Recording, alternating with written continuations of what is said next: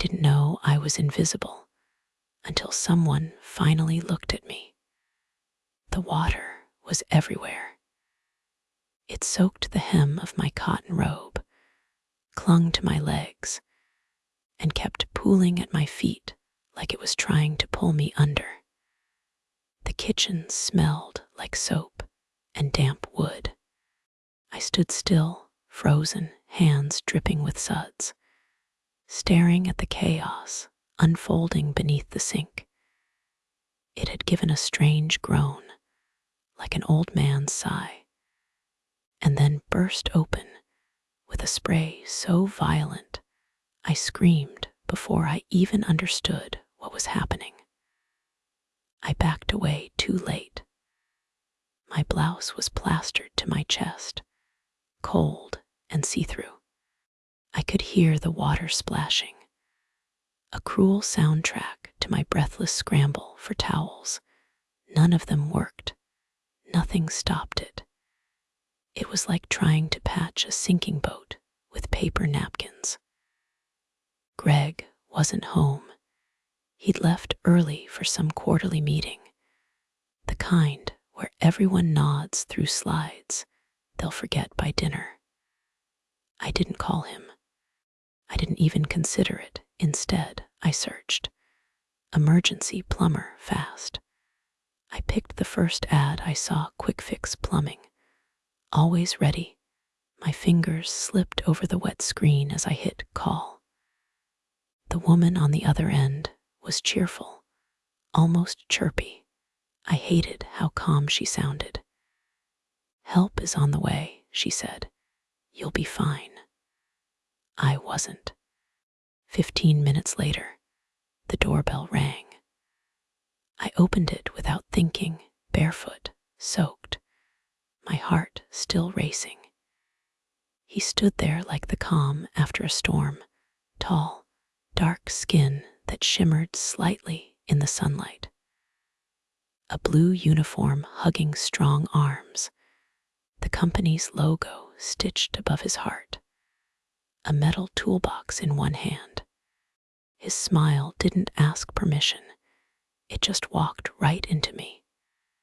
"Hey," he said, his voice smooth. "I'm Damon here for the leak." I nodded too fast. Yes, come in." He followed me through the puddles. I tried to pretend I wasn't a mess, but I could feel my robe clinging, could smell myself, something between detergent and desperation. I folded my arms tightly. Hiding what little I could, he crouched by the sink, his back to me, and something in me shifted. I didn't move. I just watched him work, the way his shoulders moved, the way his hands knew exactly what to do. "Can you fix it?" I asked. My voice came out lower than I meant it to. He looked back at me. His eyes held something, respect, maybe not. "I can try," he said. "Might take a while." "That's fine," I whispered. "I'm not going anywhere." Something warm stirred inside me, a kind of heat I hadn't felt in years, not since before everything went quiet, before Greg stopped touching me without checking the time. "Can I get you something to drink?" I asked. "A beer, maybe. You look hot." He hesitated. "Still on the clock, ma'am." I waved a hand. "Please call me Maggie, and it's just one. It's summer. You've earned it." He nodded slowly. "All right, Maggie, one beer." When our fingers touched as I handed him the bottle, something cracked open. Not the pipe, not the floor, me. I didn't know I was invisible until someone finally looked at me. It happened on a Monday, the kind of ordinary, sun-soaked afternoon that usually passed without memory. I was standing at the kitchen sink, elbows deep in warm, soapy water, humming something I couldn't name. The window above the sink was open, letting in the sticky summer air. Outside, the lawn shimmered under heat waves. Inside, everything was quiet. Until the groan, a low, uneasy sound, came from beneath the cabinet. I froze. Then, snap, water exploded from under the sink, bursting through the old pipe like it had been waiting for years to give up. A torrent hit my legs and drenched my blouse in an instant. I yelped, stumbled back, almost slipped. The soap-covered plates clattered in the basin as I scrambled for a towel. I pressed it against the spray, but it soaked through in seconds. Water kept pouring out, turning the floor into a slick, shallow pond. My robe stuck to my skin like a second layer of shame. "Come on," I muttered, more to myself than the pipe. Greg was at work. Of course. He always was. And even if he'd been home, he wouldn't know what to do with a busted pipe beyond calling someone else to fix it. My phone was already damp by the time I got it into my hands. I thumbed in a search. Plumber emergency now near me. My eyes barely skimmed the results before I tapped the top link. Quick fix plumbing. Always ready. I hit call. The voice on the other end was so bright it felt wrong. "Quick fix plumbing. How can we help you today?" "My pipe just burst," I said breathlessly. "There's water everywhere. I need someone fast." "No problem. We'll send someone right over." "What's the address?" I gave her the information and hung up. And then I waited. 15 minutes can feel like hours when your kitchen is drowning. I paced, mopped what I could, gave up. I was soaked, humiliated, and tired of pretending I was holding it together. When the doorbell finally rang, I didn't hesitate. I sloshed barefoot across the floor and opened the door.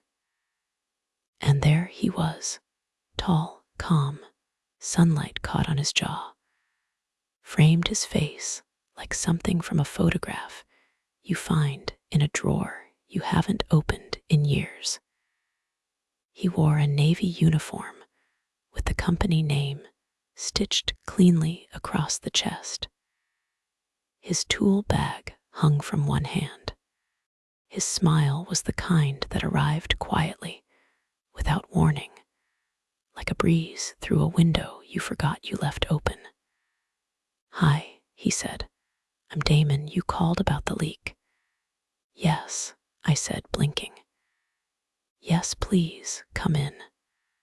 I moved aside, suddenly aware of the state I was in. Hair a mess, robe soaked, no shoes. My toenails were chipped, the color dull and half gone. Damon stepped in. His boots squeaked against the tile. "Watch your step," I said, out of habit more than care. He crouched by the cabinet, without saying much, pulled it open, studied the mess. "That's a serious leak," he said after a moment. "Looks like the pipe's pretty corroded. Could have burst at any time." "Perfect timing then," I murmured, trying to sound casual. He glanced back at me, the corner of his mouth tilting upward. "Do you think you can fix it?" I asked. "Sure," he said, reaching into his bag. "Might take a while. It's not just a crack, whole section needs replacing." "I've got time," I said softly. He didn't look up, but I saw the way his hands paused, just for a second. "I can get you something to drink," I offered. "A beer, maybe. You look like you've had a long day." He shook his head. "Still on the clock." smiled. Call me Maggie. And it's hot, one won't hurt. His eyes met mine for the first time, really met them. He hesitated, then nodded. All right, Maggie, a beer would be nice. I turned toward the fridge. My robe clung to my back. Still wet, I could feel his eyes on me. Or maybe I imagined it. Maybe I wanted it. I handed him the bottle. Our fingers brushed. Something passed between us. A flicker, a current, a whisper of something I hadn't felt in years. He didn't say anything, neither did I. He turned back to the pipe. And I stood there, quiet, watching a stranger in my kitchen, wondering how something so broken could feel like the beginning of something new. The days after Damon's visit unfolded like wet paper, soft, fragile, ready to tear. I tried to return to routine, woke at 7, made coffee, folded towels. I even drove to the grocery store and picked up peaches I didn't need. But nothing tasted right. Nothing settled. Every movement felt rehearsed, like I was playing a part in someone else's life. Greg didn't notice the change. Or maybe he did, but chose not to ask. He still kissed me on the cheek every morning, still came home with tired eyes and a quiet hum in his throat, like the static before a station cuts out. We ate in silence most nights, the kind that echoes too loudly. I couldn't stop thinking about Damon, not just the way he looked, though I remembered the curve of his jaw, the way his forearms flexed as he worked, but how present he'd felt, how real, how he looked at me like I existed, like I had mass and gravity. I hadn't felt that in years. One morning, I stood at the sink again. Sunlight spilled across the counter in long yellow stripes. The repaired pipe sat silently beneath me, too quiet, too still. I opened the cabinet, touched the new metal with my fingertips, and then, without thinking, I reached for the wrench. I held it like I used to hold a hammer in my father's garage, tight, decisive. My breath quickened, my heart raced with something that wasn't fear. One strike, then another. The pipe gave with a sickening creak. Water shot out again, furious. Like I'd woken a beast, I stepped back and let it happen. Let it soak my robe. Let it hit my skin. I wanted to feel something grabbing my phone. I opened my call history and pressed redial. My fingers trembled, not from panic, but anticipation. The same cheerful voice answered. Quick Fix Plumbing. How can we help? I need help, I said, breathless but calm. It's leaking again, worse this time. Oh no. We'll send someone over right away, same address. Yes. Got it, hang tight. Someone should be there within the hour. I hung up and stood still in the middle of the flooded kitchen. My pulse thudded in my ears. The water was colder than before. I walked upstairs, stripped off the wet robe, opened the closet. My hands ran across hangers until I found it, something I hadn't worn in years. A summer dress, soft, low cut, blue like evening sky. It still fit, a little snug. But it fit. I brushed out my hair, applied mascara with a hand steadier than expected, added a dab of perfume behind each ear. I even splashed a little water on my collarbone, just enough. Back downstairs, I waited. Every tick of the clock echoed like thunder. And then the doorbell rang. I opened the door. Damon stood there. Same uniform, same calm eyes. Except this time, his smile was slower, warmer. Something unreadable flickered behind it. "Hey, Maggie," he said. "Pipe gave you trouble again." I nodded. "It's worse now." He looked me up and down, not with hunger, but recognition. Like he saw the shift. "Let's take a look," he said, stepping inside. His shoulder brushed mine as he passed. I didn't move. I didn't breathe. I followed him back to the kitchen, the floor already slick. "It really is worse," he said, crouching down again. "I know," I said quietly. "It keeps bursting. I don't know why." He glanced back at me, his eyes unreadable. "I'll take care of it. Glad." And I meant it, because for the first time in years, I had started something. And I didn't want it to stop. Damon didn't speak much that afternoon. He knelt by the sink, flashlight gripped between his teeth, tools clinking softly as he worked. I sat on the edge of the kitchen island, ankles crossed, pretending to check emails on my phone. But my screen was dark. I wasn't reading anything. I was watching him. His arms moved with purpose, steady, sure, every motion efficient, unhurried. He wiped sweat from his brow with the back of his hand, smudging a trace of grease across his temple. There was something grounded about him, like gravity bent slightly in his favor. "Looks like the pressure valves shot too," he said, voice muffled under the counter. "Sounds serious."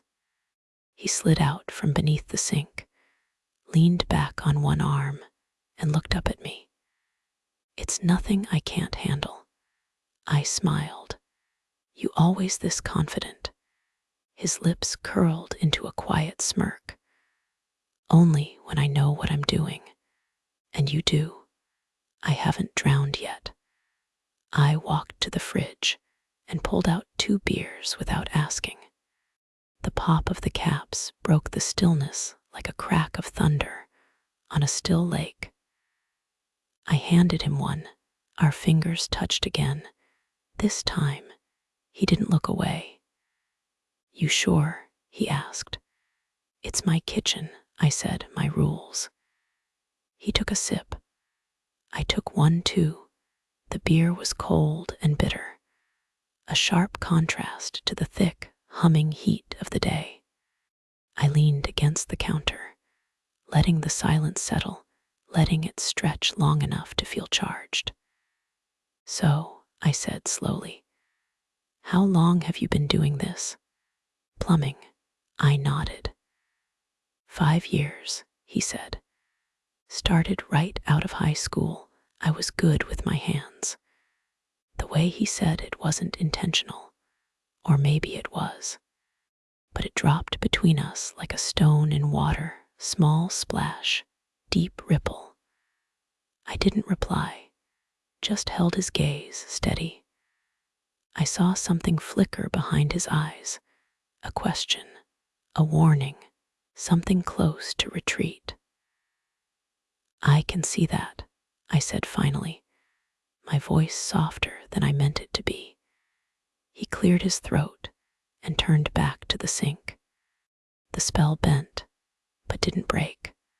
"What about you?" he asked.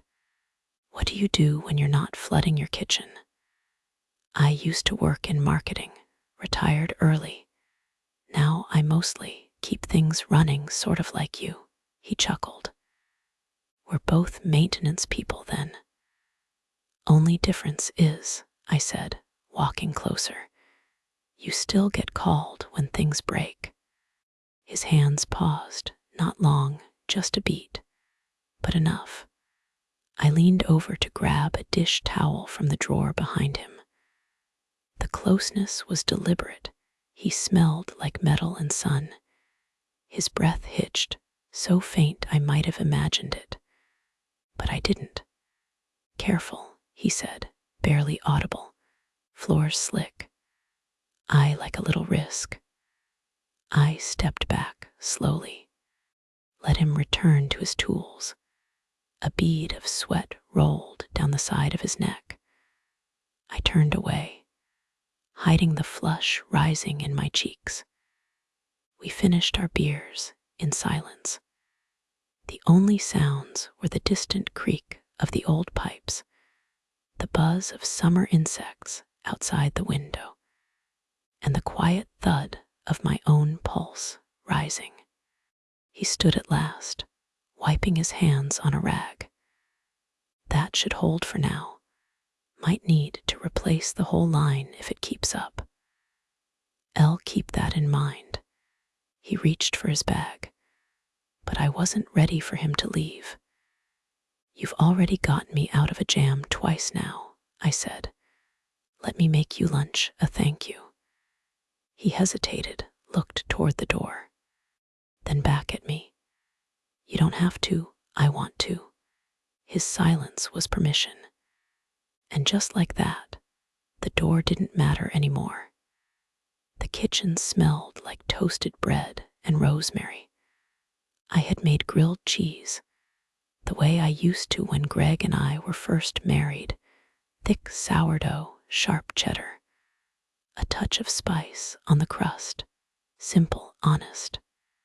I plated it and placed it on the counter in front of Damon, who leaned back on one elbow, sipping the last of his beer. He looked at the sandwich like he hadn't eaten in days. "You didn't have to go to all this trouble," he said. "I didn't," I replied. "It's just a sandwich." He picked it up, took a bite, closed his eyes for a second longer than usual. When he opened them again, something behind them had softened. We ate in silence, the kitchen fan humming above us. My blouse was still damp from earlier, the fabric now clinging with a quiet insistence. I didn't change. I didn't want to. When the plates were empty, I rinsed them under a thin stream of water, letting it run over my fingers longer than necessary. Damon stood behind me, closer than before. I could feel his breath at the back of my neck. Neither of us spoke. The air thickened, not hot, but charged, like the sky before a storm. I turned around slowly. Our eyes met. The room narrowed. The world faded. I didn't move toward him. He didn't move toward me. But something else did, a pull, quiet, irresistible, time blurred. And then we touched, not suddenly, not greedily, but like a match meeting dry paper, like the answer to a question neither of us had said aloud. I felt a warmth bloom in my chest, a rush that flooded outward like heat from a rising sun. My breath caught, then deepened. His hand, warm and steady, rested against my lower back. I leaned into it, into him, into the ache that had waited years to be named. Our foreheads met. I closed my eyes. There was no noise, no clatter of dishes, no sound of running water, only the beat of our hearts, only the soft exhale of surrender. He kissed me, not with urgency, but with reverence, as if he knew the cost of being forgotten, as if he'd paid it himself. The kiss deepened, and with it came a wave, fierce, vast, inevitable. It swept through me, carried away years of quiet nights, and untouched skin and dreams shelved too long. We moved together, not with haste, but with hunger carved from silence. His hands guided, mine followed. My breath faltered, caught, found rhythm again in his. The counter behind me pressed cold against my spine, anchoring me while everything else gave way. The light through the window dimmed slightly. Clouds passing, shadows flickered on the walls. And in the hush of the kitchen, something inside me broke loose, something not lost, but buried. We didn't speak. There was no need. Only the warmth that surged through me, blooming in every nerve, every breath, until it became too much to hold. And then everything stopped, not abruptly, not like falling, like stillness, like the hush after music fades. He leaned his forehead against mine again. Breath ragged. I opened my eyes. He was watching me, not possessively, not with triumph, but with something almost like sorrow. We stayed like that for a moment, maybe two. Then he stepped back, slowly, deliberately, without a word. He gathered his tools. His shirt was wrinkled now, his hands steady as ever. "I'll send someone to check on that valve later this week," he said, his voice low. I nodded. He walked to the door, paused, then left. The door clicked shut behind him, and I stood alone in the kitchen, still, barefoot, the floor cool beneath me, my heart loud in the quiet. I didn't feel regret, not yet, but I felt the absence of him, and it was louder than I expected. I couldn't stop thinking about him. The next morning, I woke before the alarm. Light hadn't even touched the windows yet, but I was wide awake, staring at the ceiling, waiting for something to shift inside me and bring me back to myself. It never did. Greg snored beside me, unaware. The same rhythm he'd had for years. Familiar, unchanging. I watched his chest rise and fall, listened to the sound of his breath, and tried to feel the comfort I once knew in that pattern. I didn't. I made coffee, burned the toast, stared too long at the bubbling jam on the stove until it hissed and popped against my skin. I barely noticed. I checked my phone 4 times before 9 o'clock. No messages, no missed calls. I opened the Quick Fix plumbing website, scrolled through the list of technicians. No names, no photos, no sign of him. The chat bubble popped up in the corner of the screen. Need help today. I closed the browser. I opened it again. I searched his name, nothing. I checked social media, every platform I could think of. Damon Carter. No trace, not a friend, not a face, not a shadow. Like he'd only existed in that kitchen. Like he'd evaporated the second the door clicked shut. I paced from room to room. Each space felt too neat, too untouched. I found myself opening the cabinet under the sink again, staring at the repaired pipe like it had betrayed me. It gleamed back, perfect and quiet, too quiet. I closed the door, pressed my fingers to my lips. I could still feel the weight of his kiss, not its pressure, but its meaning, or what I thought it meant. Maybe I imagined it. Maybe he hadn't felt anything. But I had. I'd felt everything, the ache, the fire, the terrible, wonderful unraveling. And now, silence. At lunchtime, I drove out of town, aimless. I didn't even know where I was going.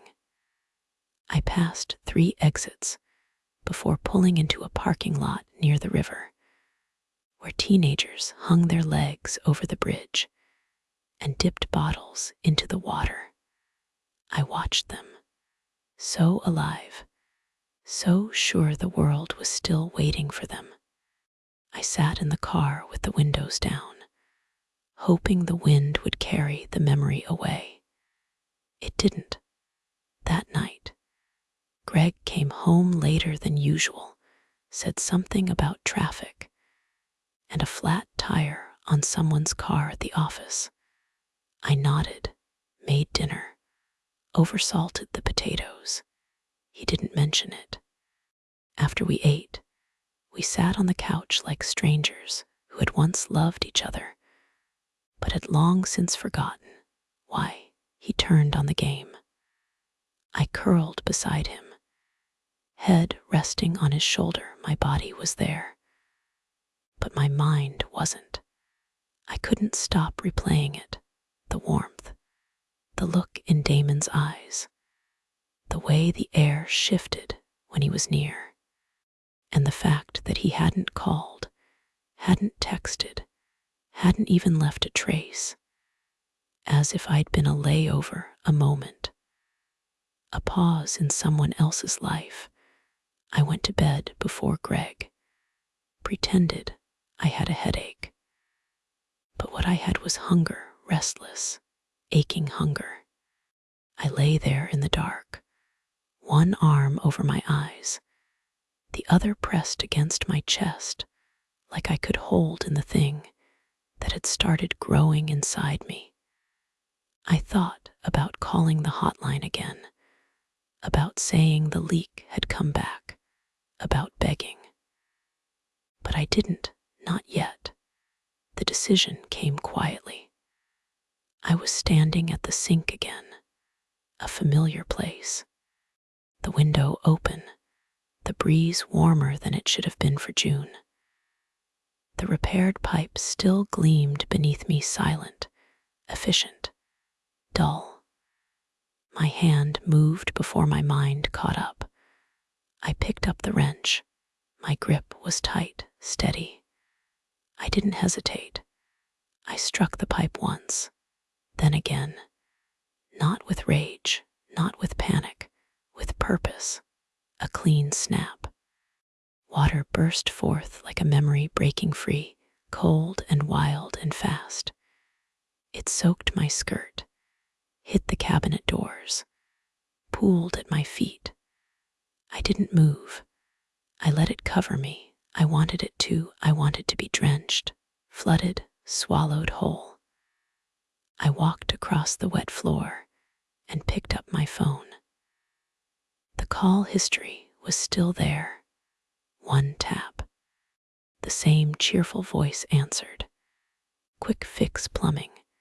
How can we help today? I cleared my throat, tried to sound breathless, desperate. My pipe. It burst again, worse than before. Oh no, I'm sorry to hear that. Is this for the same address? Yes, please, if possible. Can you send Damon? He was here before. A pause. We'll do our best. Someone should be there shortly. I hung up, and I ran upstairs. The mirror didn't lie. My hair was limp, my skin pale, my eyes tired. But they still held something, a spark.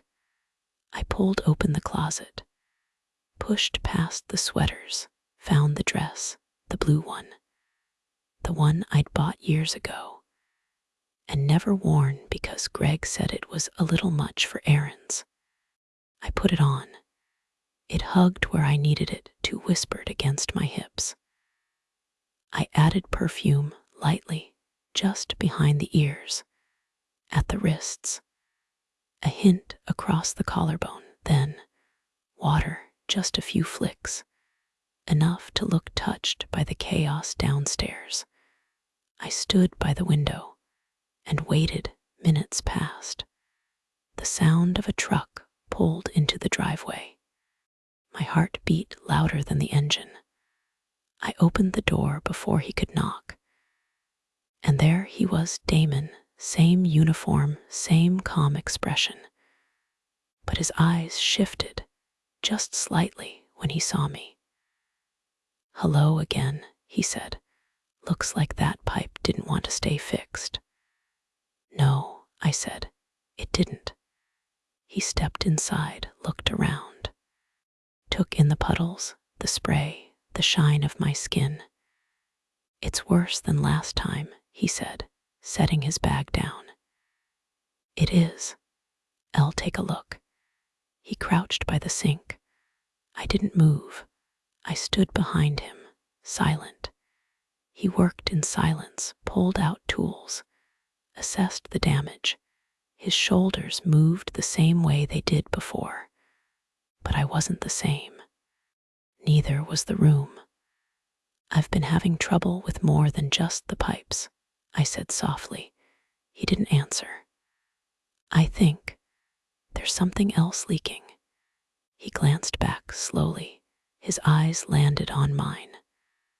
"I'm not sure I should be here," he said, "but you are." "Not supposed to, neither am I." His breath caught just for a second. Then he turned back to the sink, worked for a minute longer. But I could see it in the way his hands shook, the control slipping, the line bending. "I don't usually," he started. "Neither do I." He looked at me then, really looked. The space between us folded. I moved closer, each step deliberate, careful. His hand brushed mine, and everything inside me said yes. The kiss was slower this time. No crash, no rush, just two people surrendering. The rest happened in fragments. The feel of the floor beneath us, the hum of the refrigerator, the only witness, the way my breath tangled with his. And then stillness, a stillness that wasn't empty, but full of heat, of ache, of something that had no name, but had waited too long to be spoken. He lay beside me, his chest rising and falling. I turned my head toward him, and he was already looking at me. But something was different in his gaze. He stood slowly, without a word. He walked to the counter, picked up his phone, tapped the screen. "What are you doing?" I asked, voice low. He turned it around. The video played us there. On the floor, my breath stopped. "I was just stopping the recording," he said. My heart dropped. I didn't understand, not yet. But I would. The silence after his words was thicker than anything we'd shared. I sat up slowly, dress clinging to my skin, heart pounding in my throat. Damon held his phone out in front of him, still unlocked. The image paused mid-motion, my face, my body, his body. My voice caught. "What is that?" He didn't flinch. "Insurance." My breath came shallow. "You recorded us." His expression didn't change, not cold, not smug, just blank. "You knew what you were doing, Maggie." I stood, unsteady on my feet. "You didn't ask. You didn't tell me." "I didn't need to," he cut in, voice flat. "You called me back. You made the first move. You wanted it." I stepped back, as if the distance could change anything. "And now you're going to what, blackmail me?" He exhaled, tired more than anything. "Call it what you want. I need money, and you have it." I stared at him. Not the man who fixed my pipe, not the man who kissed me with trembling hands, someone else. "How much?" He said the number like it was ordinary, like it wasn't enough to pull the floor out from under me. My lips parted. No words came. "You have until tomorrow," he said, slipping the phone into his pocket. You know what happens if I don't hear from you. My arms folded across my chest, though it offered no protection. I trusted you. His eyes finally flickered, just a moment. That was your mistake. He turned and walked to the door, picking up his bag without a glance back. The door closed behind him, and I crumbled. My knees hit the floor first, then my hands. The tile was still wet. Though I barely felt it, my chest heaved, my mouth opened, but no sound came. I stayed like that, folded in on myself. The air felt different now, not thick with want, but with shame, with disbelief, with something that burned hotter than regret. I thought about Greg, his quiet devotion, his tired eyes. And I thought about the lie I'd told when I moaned another man's name in the dark. I had played with fire, and now I was scorched. Tears came slow, then faster, the kind that didn't cleanse, the kind that carved. I didn't sleep that night. The hours passed in fragments. The ceiling turned from black to gray, from gray to blue. The birds started before the sun rose, as if they didn't care that the world had changed. I got dressed before Greg woke. He didn't stir when I kissed his forehead. I left the coffee on for him, left the windows open, left a note I didn't sign. I drove without knowing where I was going, but some part of me did. I pulled into the Quick Fix office mid-morning, parked far enough not to be seen. The building was small, beige, forgettable. A place people walked into with broken faucets and walked out with nothing more than a receipt. Inside, I pretended to look at a brochure while a young woman at the front desk typed away. She had a bright ponytail and nails the color of bubble gum. I waited until she looked up. "Can I help you?" she asked. "I was wondering," I said, steadying my voice, "if Damon Carter still works here."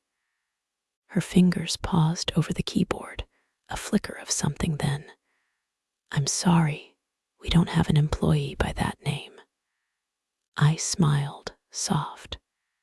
"Maybe he works contract, maybe off the books." Her smile tightened. "Ma'am, I'm not here to make trouble," I said. "I just need to know if I'm the only one." That made her stop. The silence between us stretched. She glanced around, lowered her voice. "You should talk to Lana," she said, scribbling a name and number on the back of a business card. "She used to, she was involved, sort of. Involved." The girl didn't meet my eyes. "You'll see." I took the card, thanked her, and left. Lana Briggs lived on the edge of town in a weathered blue house with a crooked porch and wild lavender growing by the fence. When she answered the door, she looked like someone who had once been radiant, someone who had turned down the volume on herself just to survive. "Are you Maggie?" she asked, her voice like paper. I nodded. She let me in without another word. The living room was dim, dusty, full of books stacked like barricades. She poured tea without asking and handed me a cup. I held it, didn't drink. "I met him 2 years ago," she said, sitting across from me. "Same way, broken sink. He was kind at first." I said nothing. I was widowed, lonely, vulnerable. I thought he saw me. My hands trembled, and then He saw my bank account, my shame, my fear. He took what he wanted and disappeared. My throat tightened. Did you go to the police? She laughed, not cruel, just hollow. What would I say? That I seduced a plumber who turned out to be smarter than he looked. That I gave him what he wanted, and then paid him not to tell. I looked down. He filmed me. She went quiet then. Me too, I swallowed hard. He's still doing it, I said. I know. Why didn't you warn anyone? Because I was too afraid to lose what little I had left. We sat in silence, 2 women, 2 stories, the same ending, until now. I want to stop him, I said. Lana looked at me. Her eyes didn't shine, but something behind them shifted. Then, let's make sure we're the last. The plan was simple. Invite him back, make it feel familiar. Let him believe I was still under his spell, that I hadn't changed, that I hadn't spoken to anyone, that I hadn't seen the full shape of what he was. I spent the morning cleaning the kitchen until it gleamed, lit a candle, wore something quiet, soft, low-colored, nothing that spoke too loudly. At noon, I called the number, told the woman it had happened again, asked for Damon by name. She didn't hesitate this time. We'll let him know. I didn't tremble, not when I hung up, not when I set the small camera on the windowsill, hidden behind the vase, not when I placed the old repair invoice beside the sink, waited with a glass. He arrived 20 minutes later, same knock, same smile, but colder now, quicker. Maggie, he said, back so soon. I nodded. The leak came back. He walked in without waiting. His eyes scanned the room. Different now, calculating. You know, he said, kneeling beside the sink. This place is starting to feel like home. I leaned against the counter, arms folded. You should feel comfortable, I said. You've taken enough from it. His hands paused, just a second, then resumed. He worked in silence. I let the air grow thick. Did you bring the video? I asked. He looked up slowly. I told you the terms, and I'm not arguing. He stood, wiped his hands. His bag stayed closed. Then, let's talk. I gestured to the table. He didn't sit. I want the original, I said. Not just a promise, not just silence. I want it gone. He tilted his head. You're not really in a position to negotiate. I think I am. He raised an eyebrow. Why? I picked up the remote from the table, pointed it at the television. The screen flickered to life. Him, me, the kitchen, from above, from behind, from angles he didn't expect. His face hardened.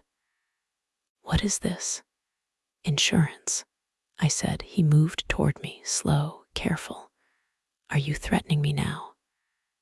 No, I'm offering you a way out. He stopped a foot away. I didn't back down. You do this to other women, I said. I know about Lana. I know she paid you. I know she was afraid. He looked away. I have everything, I continued.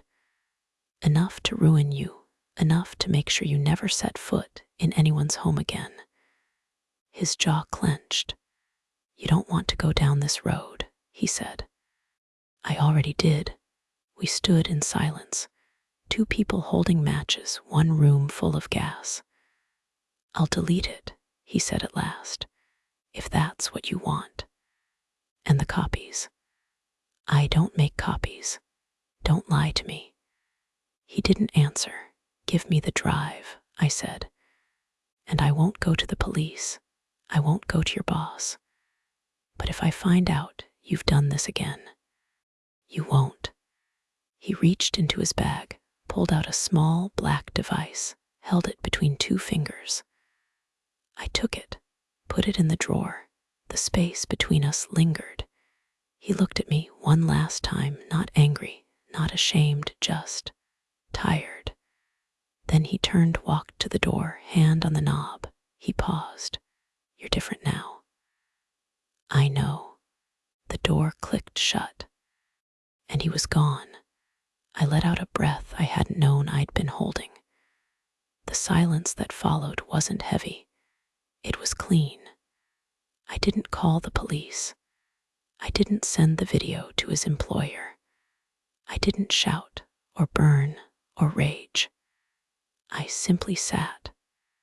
That afternoon, with the house quiet and the sun bleeding gently through the curtains, I made tea, opened the window, let the summer in.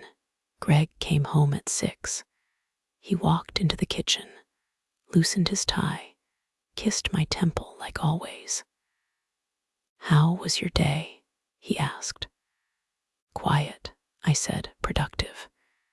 He nodded, sat, ate the chicken I'd roasted, told me about a broken printer at work, a man who wore too much cologne, a traffic light that blinked out of rhythm. I listened. Not just heard, listened. And as he spoke, I watched his hands. Hands I used to know better than my own. They trembled slightly as he reached for the salt. He didn't notice. Later, when he went upstairs to change, I sat on the back porch. The garden stretched in soft lines before me. The lavender bush hummed with bees. The tomatoes were finally turning red. In the distance, children laughed somewhere I couldn't see. I closed my eyes, breathed in. The ache hadn't left, not fully. But it no longer dragged me under. I had been seen, desired, used, betrayed. And still, I was here, not whole, but awake. I thought about Lana, about the other women I would never meet, about how many of us had stood in silence, pretending the flood inside wasn't rising. I would speak if they asked. But for now, I chose quiet, chose peace, chose not to break the stillness unless I had to. Inside the kitchen, the faucet dripped just once. A single drop, then nothing.